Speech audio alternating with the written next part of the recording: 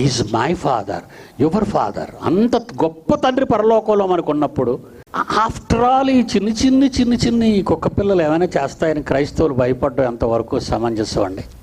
గెహాజీ గారు భయపడిపోయాడు.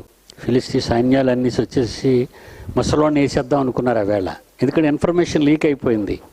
ఆ రాజుకి చెప్పేశారు, అక్కడ ఇశ్రాయేలీల్లో పెద్ద చెవులు ఉన్నాడు ఒకడు ఉన్నాడు, అతని పేరు ఎలీషా ప్రవక్త.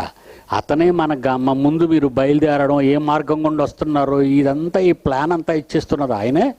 ఆయన లేపెత్తే మనం వెళ్ళి ఇశ్రాయేల్ని చంపేయచ్చు, యుద్ధం చేసి గెలవచ్చు అనుకున్నారు. ఇది ఎలీషాకు తెలియదంటారా? తెలుసండి. భారతీయ జనతా పార్టీ ఇలా చేస్తుందని మనకు తెలియదు అంటారు. తెలుసండి. మనల్ని చంపేస్తారని తెలీదా? చంపేస్తారండి. అందుకే మా పిల్లలకు ఒక నినాదం నేర్పించానండి నేను. ఆ నినాదం ఏంటో తెలుసా? చంపే ధైర్యం నీకుంటే చచ్చే ధైర్యం మాకుంది. నిన్ను చంపే ధైర్యం మాకుందని చెప్పనండి నేను. మేమెందుకు చంపాలి? ఆ అన్యాయం మేమెందుకు చేయాలి? ఆ నేరం మేమెందుకు వేసుకోవాలి? చంపే ధైర్యం నీకుంటే చచ్చిపోయే ధైర్యం మాకుంది. మిమ్మల్ని చంపు ప్రతివాడు దేవునికి సేవ చేయుచున్నాడు అనుకుంటున్నాడు. ఓకే, సేవ, మమ్మల్ని చంపేవాడు దేవునికి సేవ అనుకుంటున్నాడా? చంపేయమనండి అన్నాం.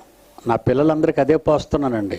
దేవుని పిల్లలారా, నేను మీ నిమిత్తము నా ప్రాణం పెట్టాను, మీరును మీ సహోదరుల నిమిత్తము ప్రాణము పెట్ట బొద్దులై ఉన్నారు అన్నాడంతే. శాసించి బ్రతుకు బ్రతికించు, బ్రతుకుల్దని బోధించు, క్రీస్తు యేసుదే ఈ నినాదం.